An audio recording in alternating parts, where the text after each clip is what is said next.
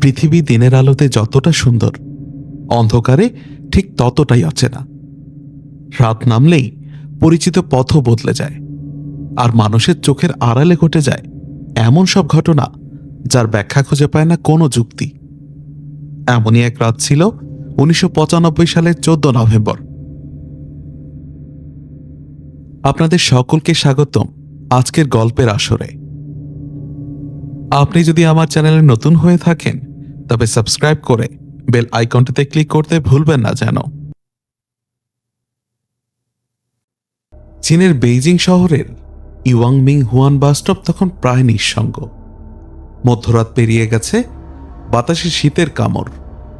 সেখানে দাঁড়িয়েছিলেন মাত্র দুজন মানুষ, একজন বৃদ্ধা আর এক যুবক।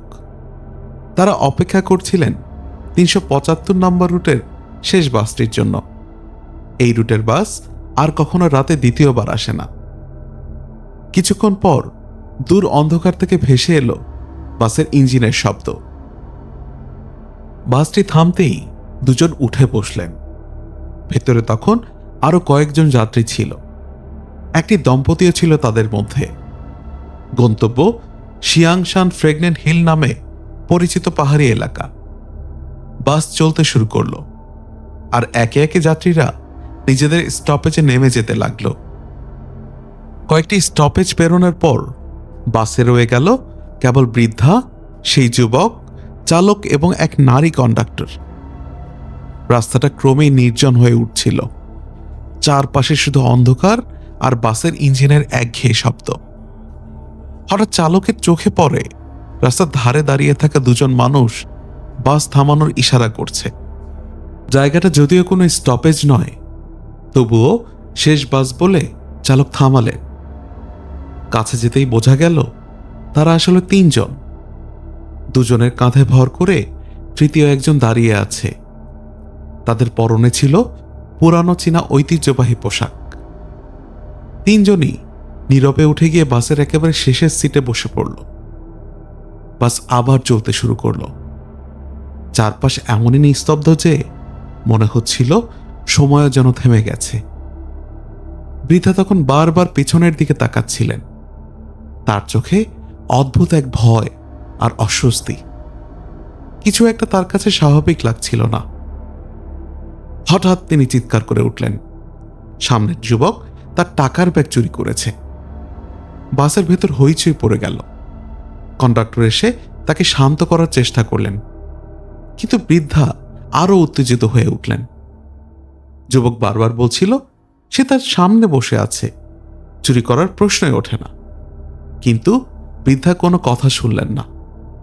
শেষ পর্যন্ত তিনি ড্রাইভারকে জোর করে বাস থামাতে বললেন এবং ছেলেটিকে থানায় নিয়ে যাওয়ার দাবি করলেন। বাধ্য হয়ে চালক মাঝ রাস্তায় বাস থামালেন। বৃদ্ধা আর যুবককে নামিয়ে দিয়ে বাসটি আবার অন্ধকারে মিলিয়ে গেল।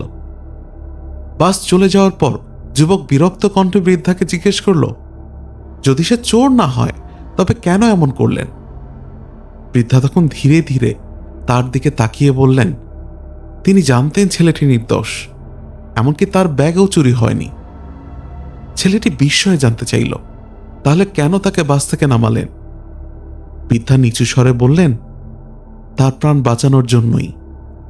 তিনি বললেন, বাসে যে তিনজন শেষ দিকে উঠেছিল তারা মানুষ ছিল না।